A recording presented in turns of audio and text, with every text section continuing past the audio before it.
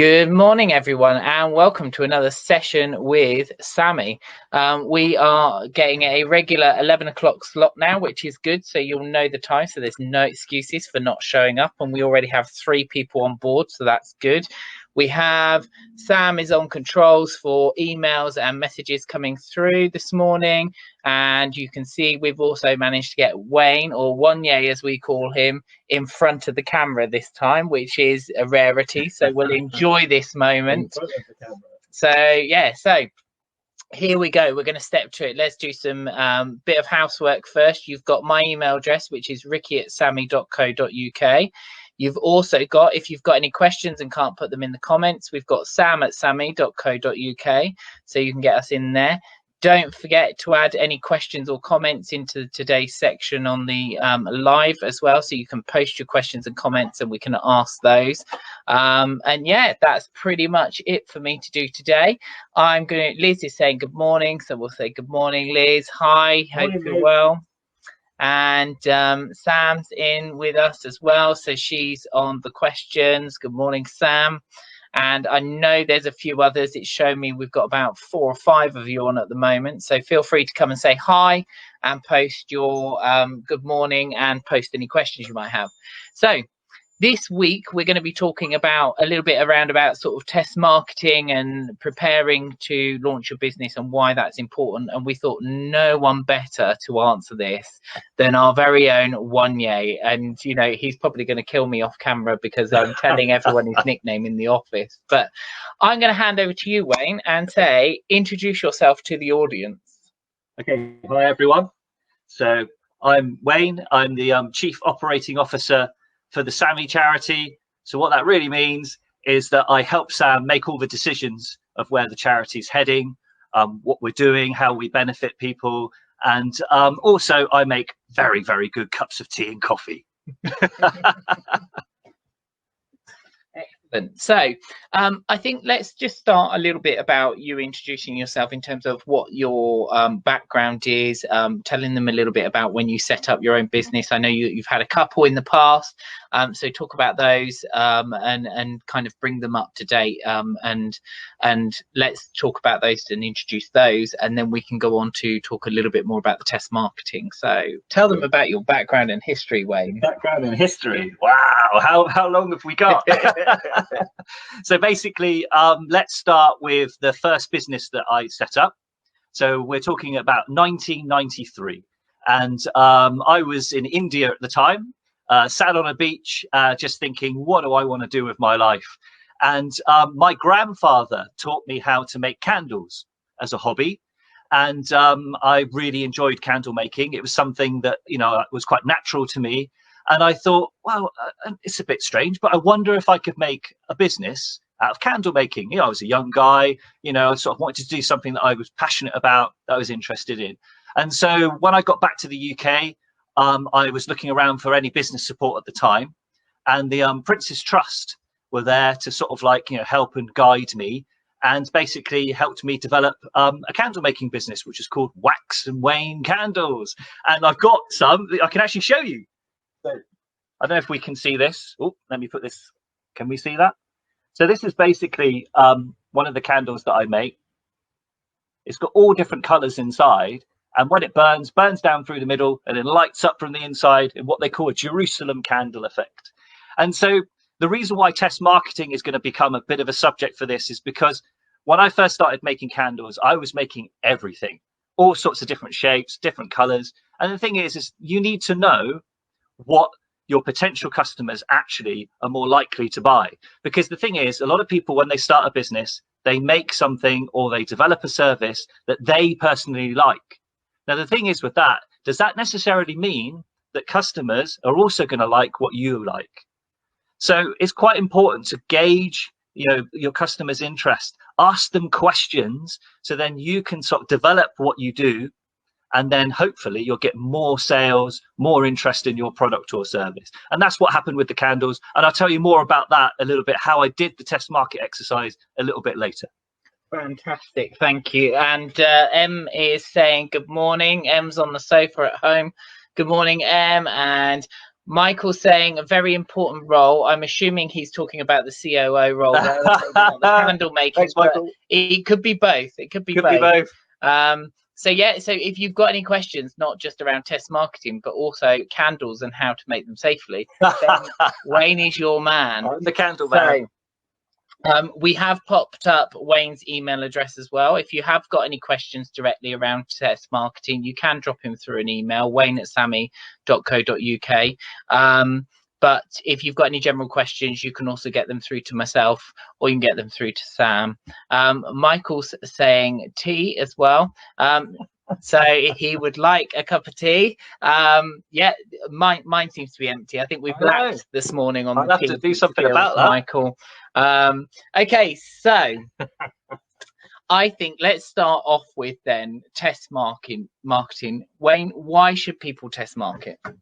Why should they test market? Okay, so basically when you have a business idea, you're thinking to yourself, this could be absolutely brilliant. The thing is, does anybody out there actually want to buy your product or service? Do they want it? You don't know. So who's the first person that you sort of take your idea to? It's going to be either your mum or your dad, your partner, or your best mate. Let's be honest, that's the truth. And the thing is, they don't want to hurt your feelings. So they're probably not going to give you a truthful answer when you say, hey, I'm thinking of setting up an ironing business or a candle business, or I want to make these. What do you think? They're probably likely to sort of like give you an answer where they're not hurting your feelings, and you don't know actually whether that is something that you can, go with or not. So actually the test marketing is really important, because what you need to do is ask potential customers, people who might be interested in what you're developing, but they don't know you. That's the key thing. They don't know you.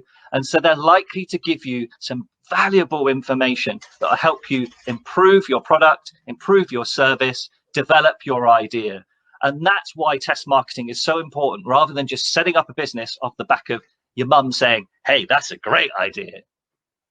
Excellent. And we've also got Lydia has joined us today. Good morning, Lydia. Good to see you. Hi, Lydia. So that's brilliant, and that kind of gives us an introduction to it. And that kind of takes me back to what a mentor once said to me about when you're talking to people who are not necessarily an expert, opinions are like belly buttons. Most people have them, but they're useless. So I like that really good analogy. So it is think like that, people will kill you with kindness and stuff rather than knowledge.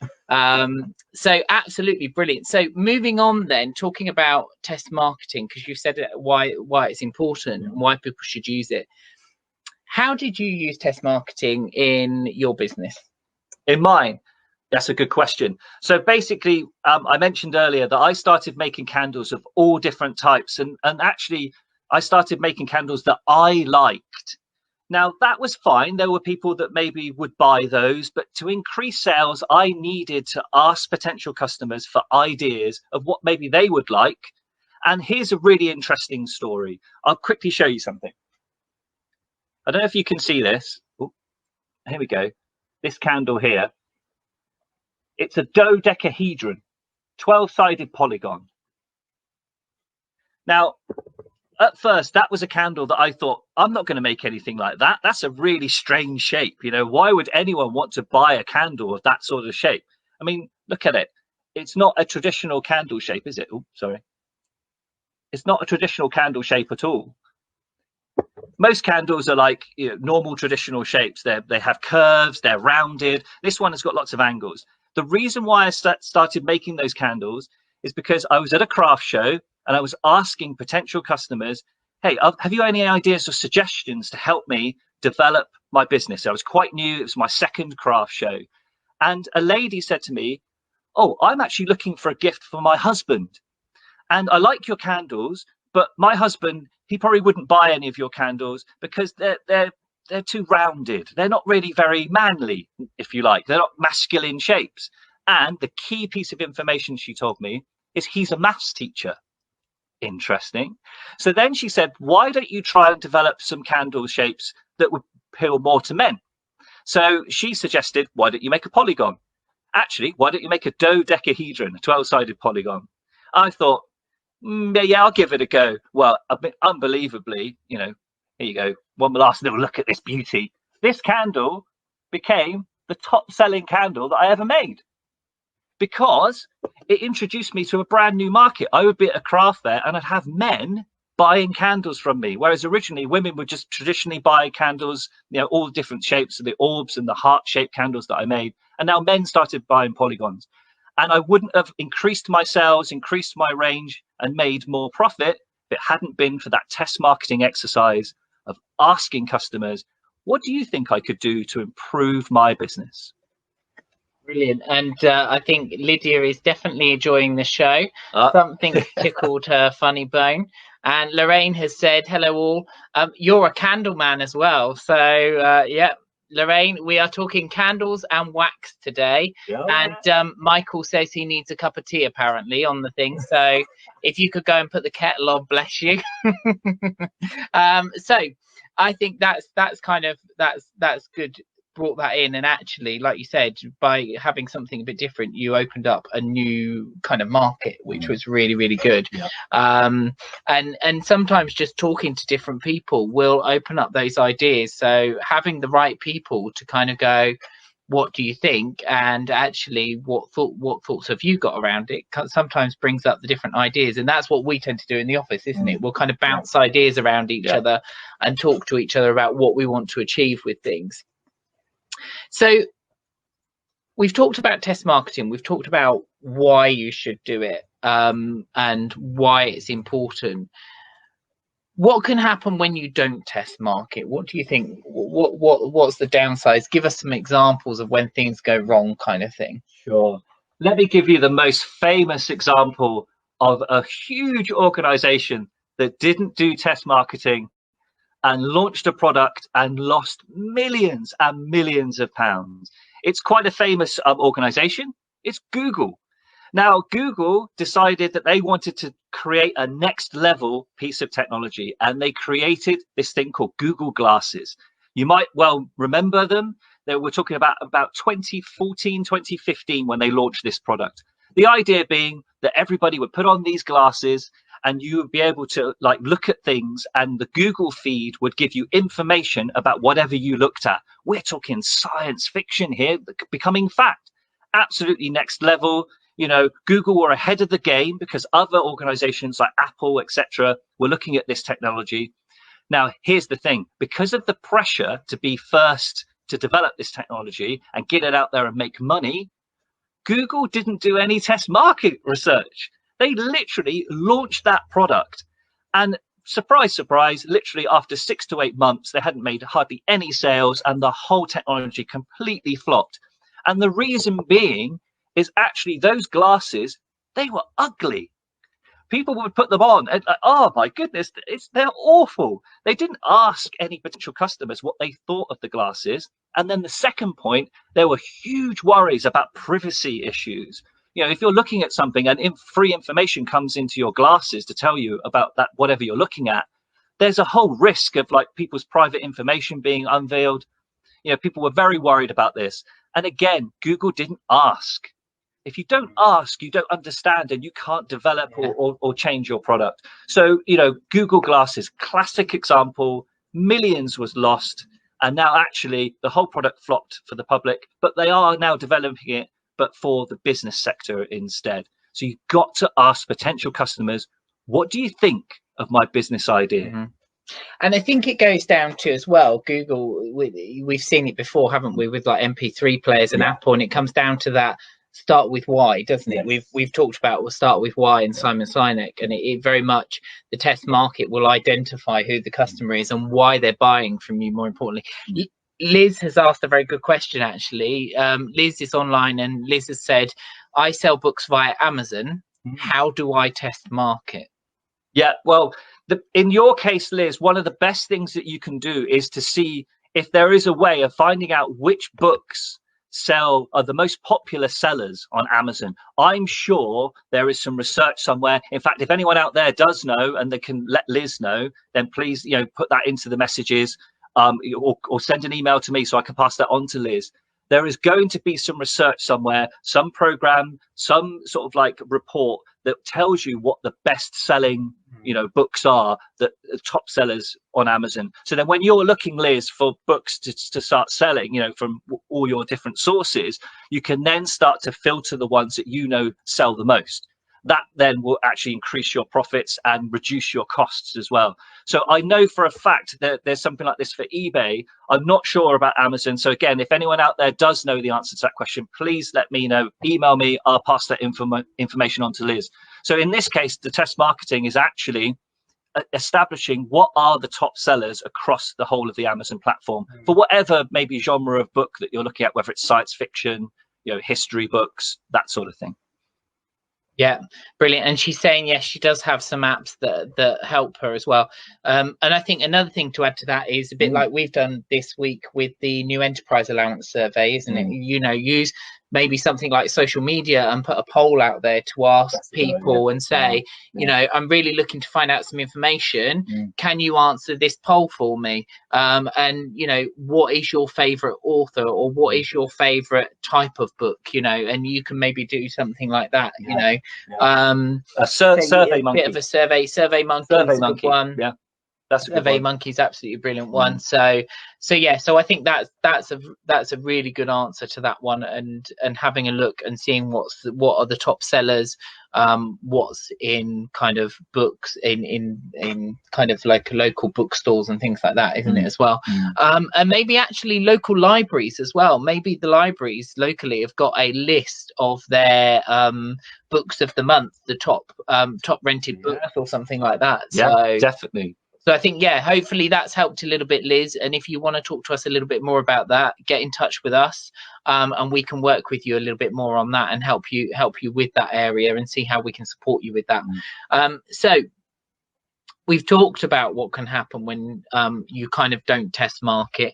And just to kind of put it out there, you know, we've had some questions through, but if anyone has got a question, add the question into the comment, ask us today, ask Wayne about test marketing, anything you've got. If you've got a takeaway or you're getting value, then also let us know in the comments as well. So we'd love to hear what you're getting on. And if you can't comment in the live for some reason, just drop us an email through to Sam, who is on the questions at the moment. So just coming on to test market, then we've talked a little bit how maybe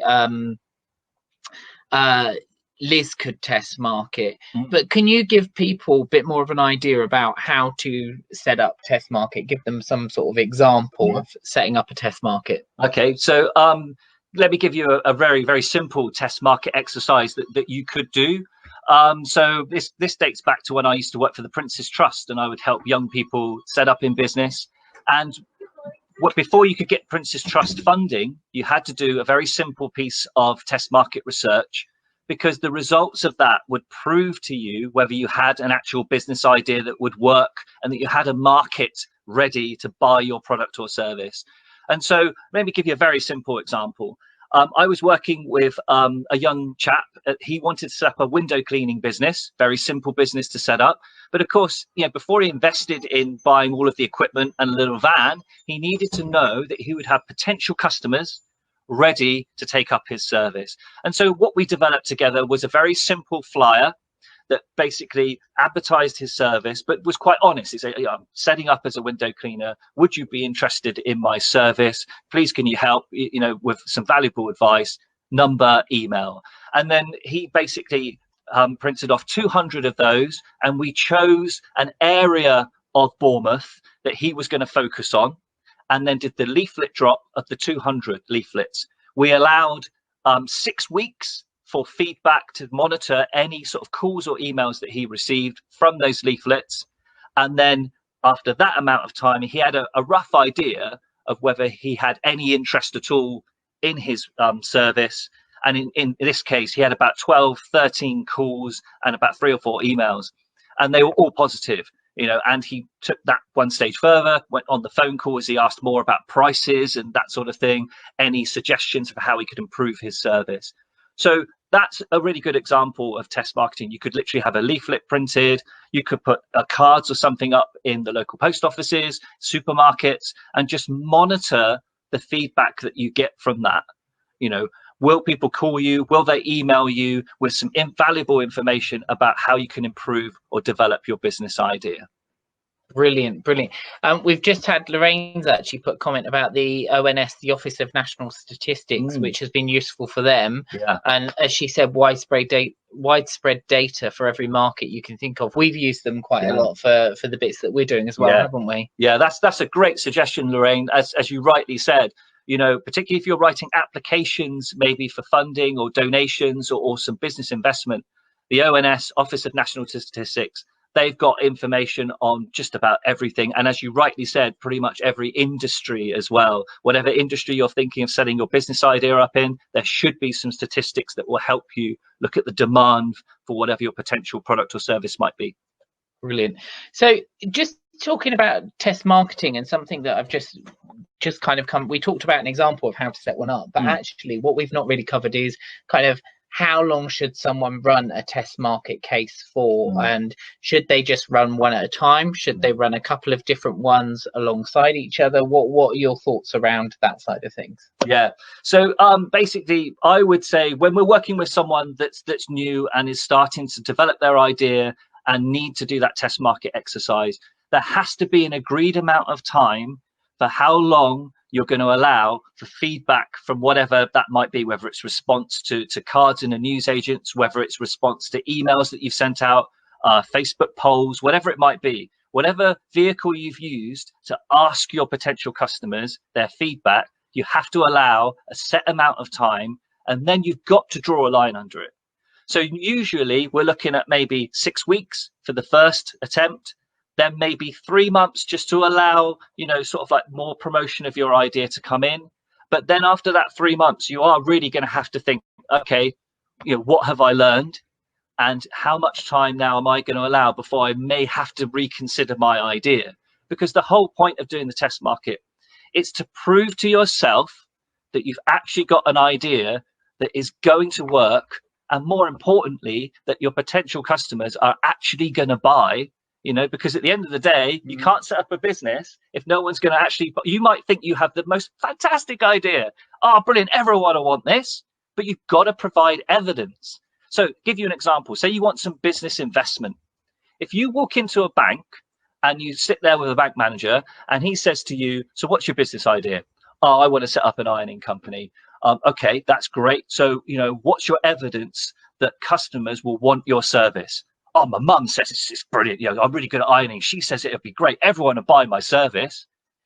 The bank manager is just going to laugh you out of the office. You need to provide really strong evidence that potential customers have been talking with you, they're interested in what you're doing, and more importantly, will actually, you know, almost kind of pledge, if you like, they're queuing up for you to start your business and start trading with you. So that's what you need to be able to do. I recommend 3 months maximum. Honestly, 3 months maximum. 6 weeks is great, particularly if you're making something. I'll give you some advice for anyone that's making something like I was making with the candles. Attend some shows, whether it's a market, whether it's a craft fair, you know, spend that little bit of money to do a stand, put all of your products out on the table, and literally, you know, by all means sell them, but talk to people, engage people. Or maybe if you can't do that yourself, invite a friend that's really chatty with people and ask them to just gauge the opinion. What do you think of my products? You know, which do you think are the ones that you like more than others? Have you got any ideas for me where I could develop, you know, my product that I've got? What sort of price would you pay for this? Those are the types of questions that you want to ask, because that is valuable information that will help you ultimately improve your business. Brilliant, brilliant. And I know Liz has just said she's had to pop off early, but thank you for joining us, Liz. And you can always catch the rest of it on the replay, because it'll be in the Samee Facebook page. Also, if you're watching this on replay, you can we'll pop an email at the end so you can drop any questions you've got through. Sam has posted in the comments the website for ons.gov.uk. Lorraine says gov.uk are also a good source of information, lots of sectors. So that's good. I know that we've done a little bit of test market research, even if Lorraine's not kind of thought about it. She's done lots of different things and is getting more and more confident with going out there and talking to people about what she's doing. We've had an email question in as well. Does test marketing have to be formal? Can I have a chat with, say, mums in the playground? Yeah, absolutely. Yeah, I mean, one of the things that you can do is literally quite, just have a little survey in your hand. Actually, sometimes when you walk down the high street, do you see those people that have the clipboards? And they always say to you, oh, can you give me 5 minutes to have, ask you about something? Well, that's a bit formal and most people are a bit too busy. But if you're in an informal setting, maybe in a school playground, and you're thinking of setting up a business idea, yeah, informally, have a chat with them. Hey, I'm thinking of setting this up. What do you think? Can you give me some advice or some suggestions? Now, again, I would probably say to you, if you know a lot of these people personally, they're good friends, be careful, because again, they might not want to hurt your feelings and not give you truthful information. But yeah, if you approach people that you kind of vaguely know, maybe they're parents of your son or daughter that attend school, yeah, go up and ask them informally, what do you think of my idea? Can you give me some suggestions that might improve it? How much do you think you would pay for this or that? It's valuable information. Brilliant. And we've had another one in as well. Can you help me with a template for the questions I may need to ask? I'm doing a dog walking business. Absolutely brilliant. So yeah, so if you're setting up a dog walking business, for example, the kinds of questions that would be, do you walk your own dog? For example, if you're really busy, how does your dog get the exercise that it needs? Would you be interested in a service where someone takes your dogs for a routine walk every day at a set time? Yes, that'd be a yes or no. And then maybe a really interesting one would be, if I were to set up a dog walking business locally, what kind of price would you expect to pay for me if I was to take your dog for a walk every morning and afternoon for 30 minutes? Those sort of types of questions. If you want more detailed questions, by all means, please email me and we can work together, because these are off the top of my head, but we can work together on some questionnaire, questions, and hopefully get some more detail like that. But they're just a couple off the top of my head. And I think test marketing can kind of come by accident sometimes, can't it? I know some of the things we've done to support people with what they're needing to do, particularly in education. We've supported education where people have come to us and said, I need to do this. How can I do it? Do you have something? And actually, that's kind of been a test market for us, where we've also stumbled on an idea that's then kind of expanded, hasn't it, into things like Dress the Dog at jobs, careers fairs and stuff like that. And, very true. So yeah, so that's really good. So I think, what would you give if you were going to give 3 top tips to anyone who's starting out in business, who's looking to get their product out there, see what it's going to be? What sort of top tips would you give them? Okay, I think probably one of the most important things that I recommend anyone does is talk to any customers that you have, particularly in the early stages. Anybody that buys your product or takes up your service, ask them if they're willing to give you just a few minutes to talk about why did they buy your product? Why were they interested in your service? And more importantly, have you got any ideas that can help me develop that business? So that's one thing, and that's for existing customers. And then if you're right at the very beginning and you're just like doing a customer survey or something like this, or maybe you're going to a craft show, or you're in the playground at school and you're just asking some random people, don't be afraid to just ask them, hey, I'm actually setting up this business idea. Could you help me with just a few suggestions on ideas for help me improve this? How much do you think you would pay for this? Would you be interested if I set up this?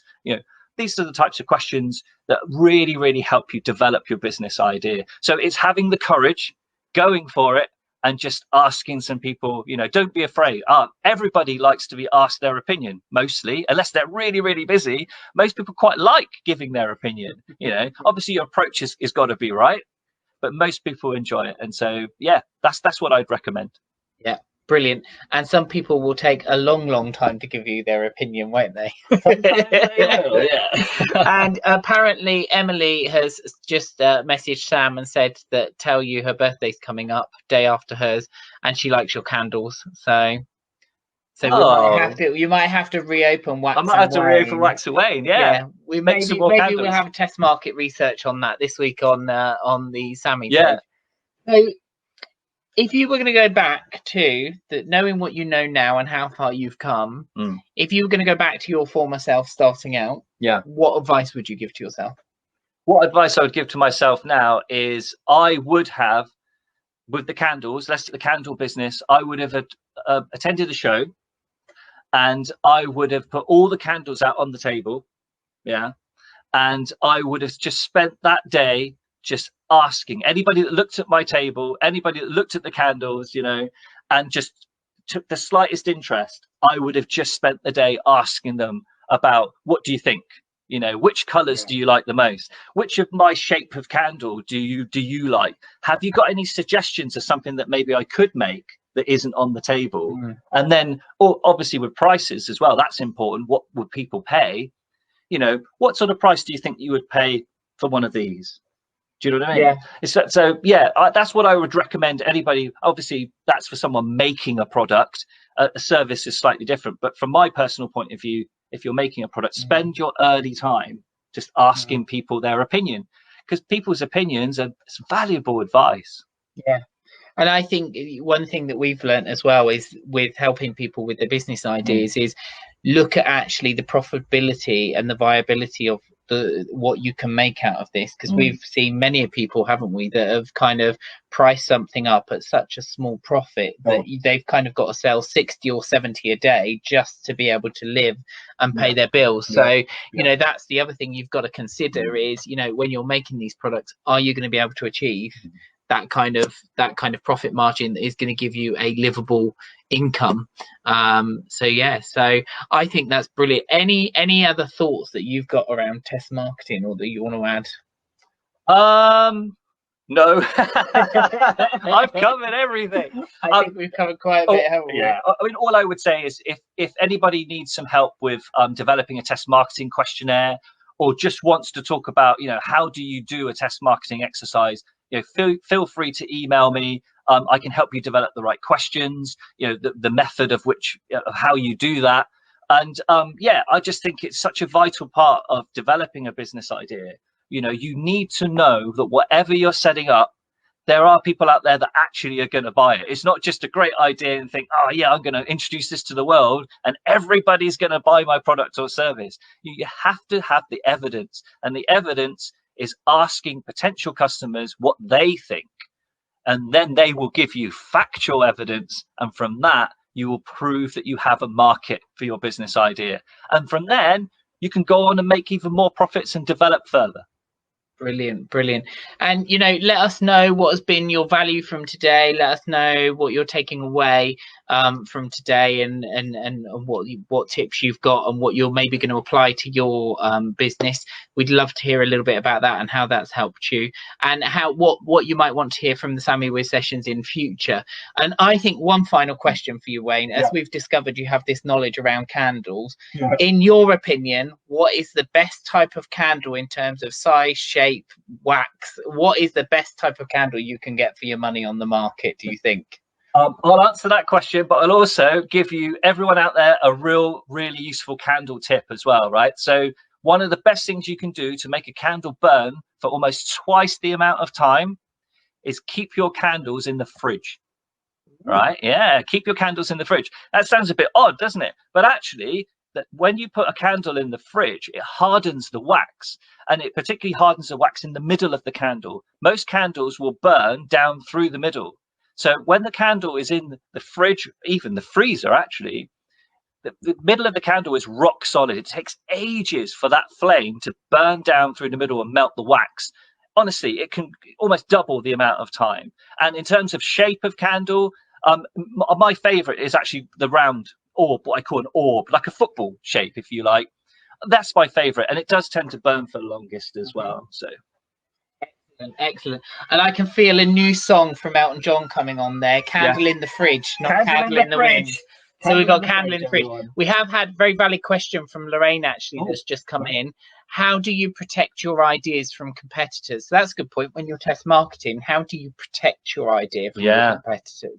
Yeah, I mean, when it comes to intellectual property, that's a really important thing. I mean, again, off the top of my head, I don't know the answer to that immediately because I've got test marketing in my mind. Yeah, I know it's linked to it, but there are places that I believe Sam mentioned to me that at the British Library, for example, I believe that you can have a free chat with someone who literally leads on intellectual property, and they can give you some valuable advice completely for free.